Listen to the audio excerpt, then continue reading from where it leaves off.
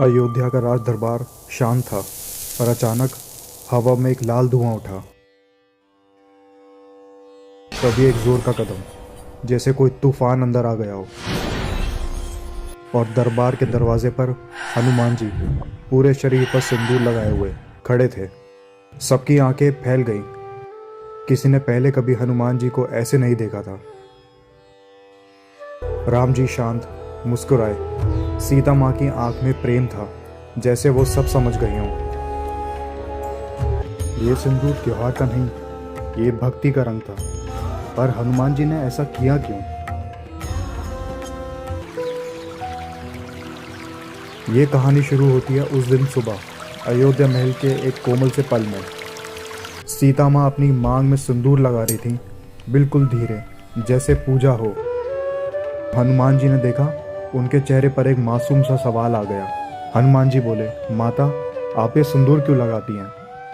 सीता माँ मुस्कुराई और बोली, हनुमान, ये राम जी की लंबी आयु और सुरक्षा के लिए है। ये सुनकर हनुमान जी का दिल हिल गया। उनकी आंखों में भक्ति की बिजली दौड़ गई। हनुमान जी ने सोचा, अगर इतना सा सिंदूर प्रभु की रक्षा करता है, तो अगर मैं अपने पूरे शरीर पर सिंदूर लगा लूं, तो प्रभु को तो दुनिया की कोई शक्ति छू भी नहीं सकती। बस फिर क्या, हनुमान जी बिना एक पल रुके दौड़ पड़े। उन्होंने महल में रखा हुआ बहुत सारा सिंदूर उठा लिया।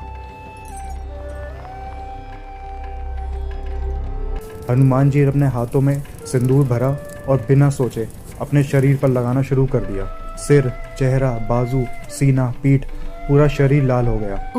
और जब वो खड़े हुए तो लग रहा था जैसे भक्ति का लाल सूरज खुद चल के आ गया हो। अब समझ में आया, दरबार में हनुमान जी सिंदूर से क्यों ढके हुए थे। हनुमान जी बोले, प्रभु, अब आपको कुछ नहीं होगा, मैं आपकी रक्षा करूंगा। राम जी के चेहरे पर प्यारी सी मुस्कान आ गई। वो हंसे नहीं, गौरव से मुस्कुराए। सीता माँ की आंखें भर आईं। उन्होंने देखा भक्ति की सच्चाई। राम जी ने हाथ उठाकर आशीर्वाद दिया, हनुमान, तुम्हारी भक्ति का कोई मोल नहीं। राम जी बोले, जो भक्त हनुमान को सिंदूर चढ़ाएगा, उसे बल, सुरक्षा और विजय मिलेगी। इसलिए हनुमान जी का सिंदूर सिर्फ रंग नहीं, रक्षा कवच है। आपको ये कहानी कैसी लगी? कमेंट में जय श्री राम लिखो, लाइक करो और सब्सक्राइब करो।